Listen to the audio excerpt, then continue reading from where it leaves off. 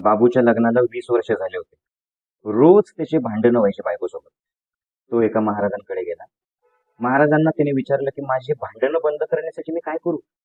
महाराजांनी सांगितलं की आत्ता घरी गेल्या गेल्या बायको जे काही जेवायला बनवेल त्याची स्तुती कर.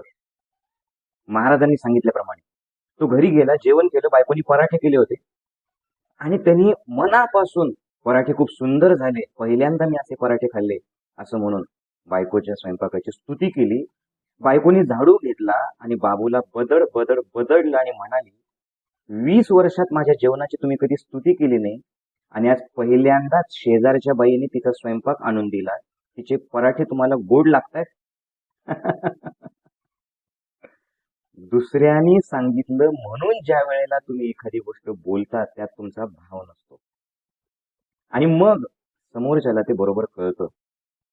कुठलीही गोष्ट मनात एक आणि बाहेर एक अशी न करता जे तुमच्या हृदयात आहे तेच जर तुम्ही बोललात तर नाटक करण्याची गरज पडत नाही आणि संबंध चांगले राहतात. बाबूसारखं होऊ देऊ नका.